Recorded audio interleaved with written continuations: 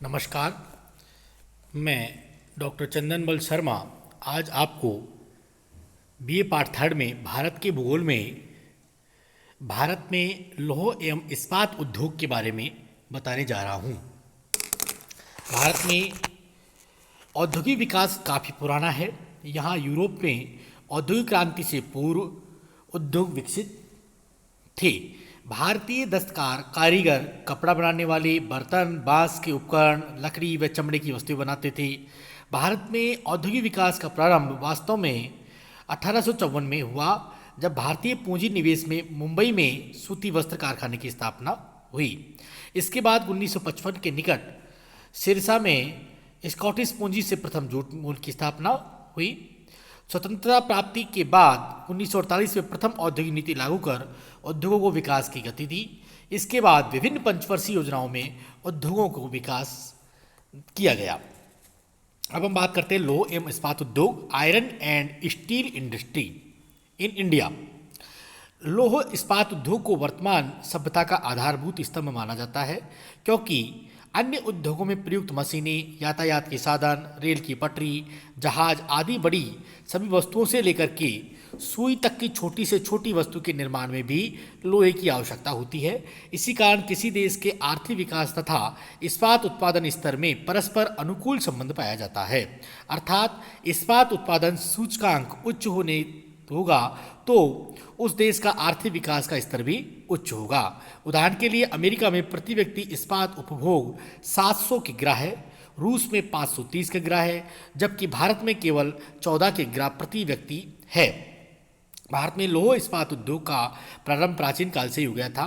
प्रारंभिक समय में भारत में निर्मित इस्पात विश्व प्रसिद्ध था, जिसका उदाहरण दिल्ली के लौह स्तंभ, जिसका निर्माण 350 ईस्वी में हुआ था, उसी के आधार पर हम लगा सकते हैं। कुटीर उद्योगों से बड़े उद्योगों के रूप में परिवर्तन का प्रथम असफल प्रयास 1830 में किया, जब तमिलनाडु के पोर्टोनेवो में लौह इस्पात संयंत्र की स्थापना की गई।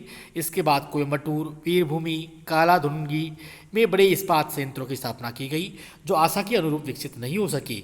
आधुनिक इस्पात उद्योग का आरंभ भारत में 1874 में माना गया, जब बंगाल आयरन वर्क्स के नाम से संयंत्र की स्थापना की गई। यह कारखाना इस्पात उत्पादन की दृष्टि से सफल रहा। इसके बाद भारत में इस्पात के अन्य कारखानों की स्थापना की गई। भारत में आधुनिक लौह इस्पात कारखाने के विकास के समय दो भागों में विभाजित किया जा सकता है। एक, स्वतंत्रता, भारत में स्वतंत्रता प्राप्ति के पूर्व का काल, तथा दूसरा स्वतंत्रता प्राप्ति के बाद का काल। स्वतंत्रता प्राप्ति से पूर्व भारत में 1874 में कुल्टी में इस्पात कारखाने के बाद 1907 में वर्तमान झारखंड राज्य के जमशेदपुर में जमशेदजी टाटा द्वारा आयरन एंड स्टील वर्क्स के नाम से लौह इस्पात कारखाने की स्थापना की गई। इस कारखाने में डलवा लौह तथा इस्पात दोनों का उत्पादन किया जाने लगा। इसके बाद बर्नपुर में 1918 में Indian iron and steel company, Karnataka में भद्रावती में 1923 में विश्वेश्वरैया आयरन स्टील कंपनी, भारतीय लौह तथा इस्पात कंपनी के नाम से 1936 में कुल्टी तथा हीरापुर में दो लौह इस्पात कारखानों की स्थापना की गई। वर्तमान समय में बर्नपुर, हीरापुर तथा कुल्टी इस्पात कारखानों का संचालन Indian iron and steel company इसको द्वारा किया जा रहा है। भारत में लौह इस्पात उद्योग का वास्तविक विकास 1947 के बाद ही हुआ। स्वतंत्रता प्राप्ति के बाद आधारभूत उद्योगों का विकास केंद्रीय सरकार की औद्योगिक नीति के संचालन के बाद हुआ। इसके बाद भारत में लौह इस्पात उत्पादन में तीव्र गति से वृद्धि हुई है। द्वितीय पंचवर्षीय योजना में रूस के सहयोग से भिलाई, जर्मनी के सहयोग से राउरकेला, ब्रिटेन के सहयोग से दुर्गापुर इस्पात कारखानों की स्थापना सार्वजनिक क्षेत्र में की गई, जो हिंदुस्तान स्टील लिमिटेड HSL के नियंत्रण में संचालित हैं। तृतीय पंचवर्षीय योजना में सोवियत रूस के सहयोग से बोकारो में इस्पात कारखाने की स्थापना सार्वजनिक क्षेत्र में की गई। चतुर्थ पंचवर्षीय योजना काल में 3 नए कारखानों की स्थापना का प्रारूप बनाया गया, जो तमिलनाडु में सलेम, कर्नाटक में विजयनगर तथा आंध्र प्रदेश में विशाखापट्टनम में स्थापित किए गए। भारत में लौह इस्पात उत्पादन को बढ़ाने तथा निजी एवं सार्वजनिक इस्पात संयंत्रों में परस्पर अंतर निर्भरता एवं समन्वय स्थापित करने के लिए 1973 में Steel Authority of India SAIL की स्थापना की गई। भारत में लौह इस्पात उद्योग के स्थानीयकरण के अनुकूल कारकों में लौह अयस्क, चूना पत्थर, मैग्नीज, कोक, कोयला आदि कच्चे पदार्थों की उपलब्धता व लौह इस्पात कारखानों विशेष में उत्पादित माल की उत्पादन लागत का ठीक होना प्रमुख है। साथ ही परिवहन लागत तथा बाजार की सुविधा कारकों में पूंजी, सरकारी नीतियां आदि हैं। श्रम ज़्यादा प्रभावित नहीं करता क्योंकि तीव्र जनसंख्या वृद्धि एवं बेरोजगारी की स्थिति के कारण श्रमिक पर्याप्त मिल जाते हैं। भारत में इस उद्योग के स्थानीयकरण को लौह अयस्क ने सर्वाधिक प्रभावित किया है। भारत में लौह इस्पात का उत्पादन 1947 तक भारत में इस्पात उत्पादन का स्तर बहुत कम था, जिसके कारण स्थानीय मांग की पूर्ति के लिए विश्व के अन्य देशों से आयात किया जाता था। 1950-51 में कुल उत्पादन केवल 10 लाख टन था, जो बढ़कर 2013-14 में 815 लाख टन के करीब पहुंच गया। सन 1913 में चीन, जापान, संयुक्त राज्य अमेरिका के बाद भारत विश्व का चौथा इस्पात उत्पादक देश बन गया। विश्व इस्पात संगठन वर्ल्ड स्टील एसोसिएशन के नवीन आंकड़ों के अनुसार 2013-14 में भारत इस्पात उत्पादन का 81.54 मिलियन टन रहा, जो 13 से 4% अधिक है। वर्ष 1909 में विश्व उत्पादन वाले 4 बड़े देशों में चीन 573 million ton, Japan 78 million ton, Bharat 63 million ton और रूस 60 मिलियन टन थे। और पाँचवें स्थान पे 58 मिलियन टन अमेरिका का 5वां स्थान था। 2013 में चीन, जापान एवं यूएसए के पश्चात कच्चे इस्पात के उत्पादन में भारत चौथे स्थान पर रहा। 2013 में लौह इस्पात के उत्पादन में भी भारत अग्रणी रहा और कुल वैश्विक उत्पादन का 25% उत्पादन करता था। कच्चे इस्पात की उपयोगिता की क्षमता बढ़ाकर 82% हो गई। अंतिम 5 वर्षों में घरेलू इस कच्चे इस्पात उत्पादन की चक्रवृद्धि वार्षिक वृद्धि दर CGSR बढ़कर के 7.9 हो गई। उत्पादन के इस प्रकार की वृद्धि के कारण कच्ची इस्पात क्षमता 9.8 वृद्धि हुई, जो उपयोगिता दर तथा घरेलू उत्पादन क्षमता 7% वृद्धि थी। 2013-14 के दौरान इस्पात खपत में केवल 0.6% की वृद्धि हुई। भारत में लौह इस्पात संयंत्रों का वितरण। भारत में लौह इस्पात उद्योगों के स्थानीयकरण कच्चे पदार्थ, विशेष रूप से कोयला तथा लौह उत्पादन अयस्क उत्पादन क्षेत्रों में समीपी पाया जाता है, जैसे झारखंड है, छत्तीसगढ़ है, पश्चिम बंगाल, उड़ीसा, आंध्र प्रदेश, कर्नाटक, तमिलनाडु आदि प्रमुख राज्य हैं, जहां लौह इस्पात संयंत्रों की स्थापना की गई है। वर्तमान समय में भारत के लगभग सभी कारखाने जमशेदपुर को छोड़कर के सार्वजनिक क्षेत्र में संचालित है, जिनका विवरण निम्न प्रकार से बता रहे हैं हम। Tata iron and steel company TISCO Jharkhand राज्य के सिंहभूमि जिले में कोलकाता से लगभग 240 किमी उत्तर पश्चिम नागपुर कोलकाता रेलवे स्टेशन के समीप जमशेदपुर नामक स्थान पर स्थापना 1907 में जमशेदजी टाटा ने की। यह स्वर्ण रेखा एवं खरगई नदियों के संगम पे है। वर्तमान में यह कारखाना भारत का एकमात्र निजी क्षेत्र में स्थापित कारखाना है। इससे रेल के डिब्बे, सलाखें, गार्डर, रेल पटरियाँ, स्लीपर, चदरें, सरिये, पत्तियों आदि का निर्माण किया जाता है। जमशेदपुर के टिस्को संयंत्र की स्थापना के लिए निम्न अनुकूल दशाएं हैं। कच्चे माल के रूप में झारखंड से सिंहभूमि जिले की नोआ मंडी तथा उड़ीसा के मयूरभंज जिले से गुरुमसानी खान से लौह अयस्क की प्राप्ति हो जाती है। उड़ीसा में क्योंझर जिले से की जोड़ा खान से मैग्नीज मिलता है। उड़ीसा के सुंदरगढ़ जिले की बिरमित्रपुर पामपोश से डोलोमाइट, चूने का पत्थर, अग्निशय मिट्टी प्राप्त होती है। टिस्को कारखाने के पश्चिम भाग में खरगई तथा उत्तरी भाग में स्वर्ण रेखा नदी द्वारा जल की प्राप्ति होती है। झारखंड की झरिया तथा बोकारो से कोयला की प्राप्ति होती है। झारखंड, बिहार, उत्तर प्रदेश, छत्तीसगढ़ में पर्याप्त श्रमिक मिल जाते हैं। जमशेदपुर रेल मार्ग तथा कोलकाता बंदरगाह की दूरी 240 किलोमीटर है। औद्योगिक क्षेत्र के कारण बाजार की सुविधा भी यहाँ मिल जाती है। ये अनुकूल परिस्थितियाँ उपलब्ध होने के कारण ही जमशेदपुर का टिस्को कारखाना भारत का मुख्य इस्पात उत्पादक संयंत्र बना। नंबर 2 पे आता है भारतीय लौह इस्पात कंपनी इसको, Indian iron and steel company. James Erskine ने सन 1870 में बंगाल आयरन वर्क्स की स्थापना की।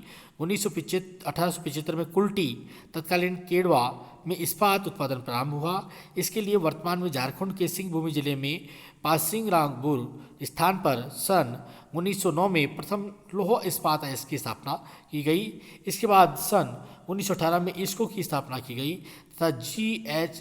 फेयरहर्ट्ज ने देश का दूसरा इस्पात संयंत्र बर्नपुर में स्थापित किया।